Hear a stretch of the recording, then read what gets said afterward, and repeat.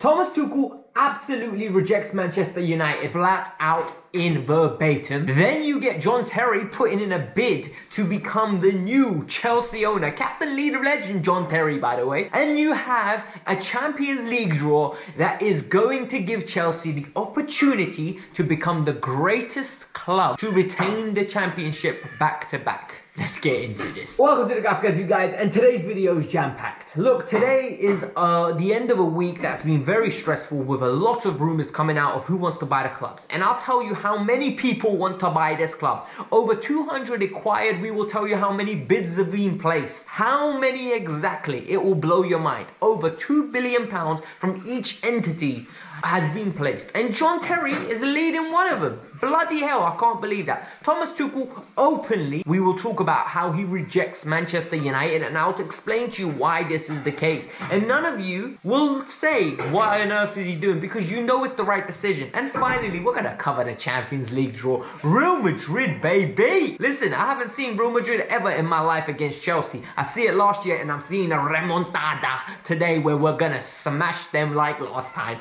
Let's get into the video. But before we get started, you already know the drill, peeps. We want 500 likes on this video, all right? Every single one of you has been a real factor to why we're growing this channel so rapidly. We're honest speaking, truth telling, no BS, on the chest, heart on the sleeve, out here. So hit that like button. 500 likes is the target. And the one thing I ask for in the comments below, if you don't like number 6, write number 6. If you like number 99, write 99. It really inspires me when I get the interaction from you guys because it shows that there are actual real people who's watching on the other end. Thank you, and let's get on with the video. We're going to start from the very beginning. One thing's for certain, Chelsea is the biggest brand right now in world football at this moment in time. Look at how many people are trying to buy. Look at how many people are willing to pay over £2.5 billion for it. 27 bids are being reported to have gone in. The Rain Group are going to have to sort through it, and Nazer Kinsella is giving us all of the facts. The juice is waiting, his heart on his sleeve, and he's giving us all the flavors. He's coming with the flavors. Every single one of us is getting excited with this because we don't know where our football club is going to be next week. In a period that's had so much uncertainty, he needs to take his hat off and say, you know what, I did my job because it was non-biased, it was objective, and more importantly, there was no nonsense involved. He said it how it was, and all of us stayed informed, and we were respectful to him. And that's something he should be proud of. And the 27 entities literally range from all over the globe. We had a Korean consortium group, we had an American consortium, we had Swiss consortiums, a Ghanaian, a Turkish man, Saudi Arabians, all wanting to buy this brand. Chelsea have literally grown, and it's a testament to Roman Abramovich's tenure that we are so massive. A club that he bought for £130 million is worth £2.5 billion, and to 27 different individuals with 200 inquiries. Let that sink in. But one inquiry I didn't see coming was John Terry, and this we need to cover in detail. So I wake up this morning, I'm having my coffee, and I'm reading the news, and I'm like, raw, John Terry. John Terry wants to buy the club. Apparently, John Terry has joined with a group, an entity, and he is willing to put up some money to own 10% of Chelsea Football Club. And this stinks. I love John Terry as a player. I don't like John Terry as the man for off-the-field reasons, but that's something completely different. But as an individual that represented Chelsea on the pitch, fantastic. Absolutely phenomenal. Yet, he wants to represent Chelsea in the boardroom now. I don't want it. I do not want it under any circumstance. I do not want to see John Terry in the boardroom. And I will explain to you quickly, effectively, and punctually why I don't want him. Number one, John Terry owning 10% of the cake means there are 90% of other investors. Other investors, not one individual, 90% of other investors. This means those investors could be profit driven. This means John Terry's voice is basically irrelevant. He owns a tenth of a pizza. His voice is literally there as a cornerstone to get our love and support. Number two, John Terry doesn't have the backing, nor does John Terry have the funds to one day go and buy the club outright. This is a ridiculous analogy, right?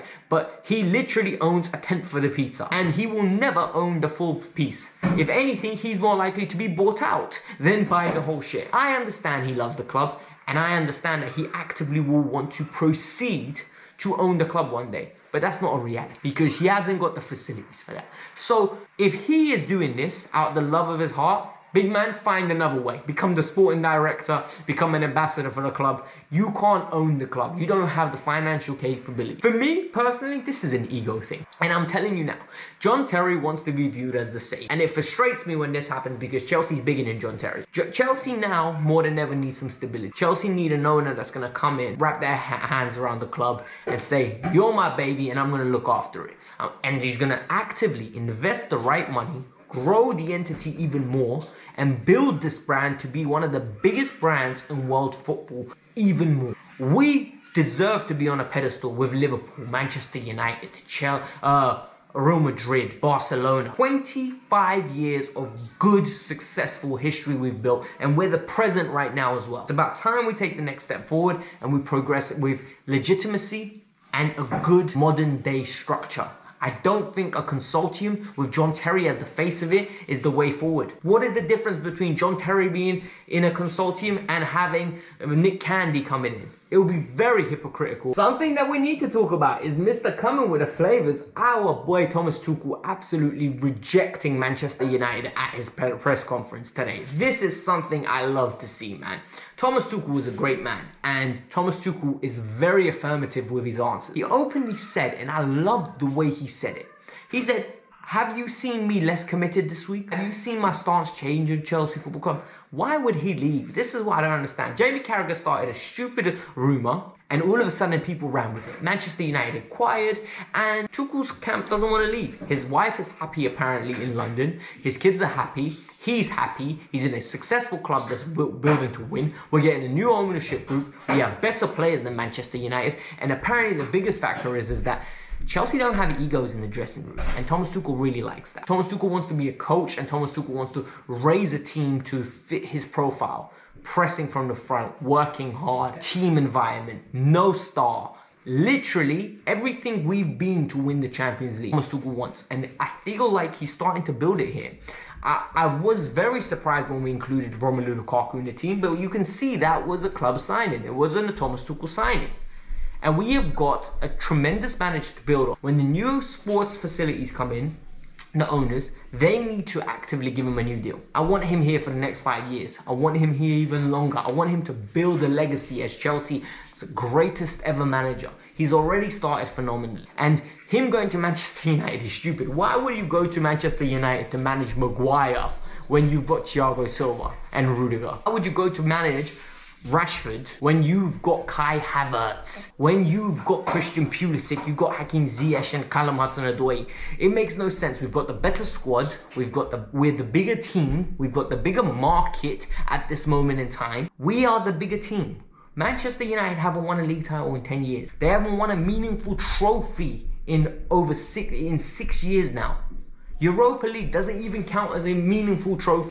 And yet people want to tell me, come onto my platform here and tell me that we're going to lose our manager to them. No chance. If we're losing our manager to anyone, it's to a bigger club than us at this moment in time. A Real Madrid, potentially a Barcelona even. Barcelona's legacy is cemented. Look how quick they've rejuvenated themselves. At this moment in time, I don't see Manchester United as a bigger step than Chelsea. The Champions League draw occurred, and it's one that I was excited about. And look, when you get to the last 8, what is a bad draw?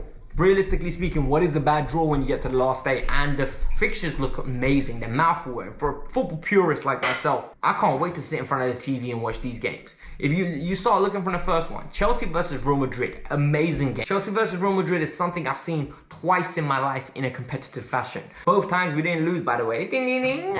But it is great. It's something that I'm not going to say we're the favorites, but I'm not going to say we're going to get slapped. We're a good team. We have got great structure. We have got a great midfield, a great defense, and a good potent attack when they hit on teams on the break. I don't fear them. I think we can go there. First tie is in the Bernabeu. Second tie is at Stamford Bridge, meaning that we have no fans, but we can make this a hostile environment. We'll gather around Stamford Bridge with the fans, and the fans will make that such a toxic environment for the Madrid players that I think they'll be scared, and we will be 1-0 up even before the game starts. The other ties, the winner of Atletico Madrid and Manchester City meets Chelsea in the semi-final if Chelsea beat Real Madrid. That is going to be an interesting tie. Then you start looking at Liverpool got Benfica, lucky little shits, and Bayern Munich got a nice draw with Villarreal as well. So they got a nice draw, but those two play each other in the semi-final, so it could potentially be Manchester City in the semi-final, and then Liverpool or Bayern Munich in the final. If we do that, we are absolutely going to legitimize one of the hardest ways of winning the Champions League. We need to be realistic. King Kareem is going to be there, trying to cause problems as he, as per usual, does.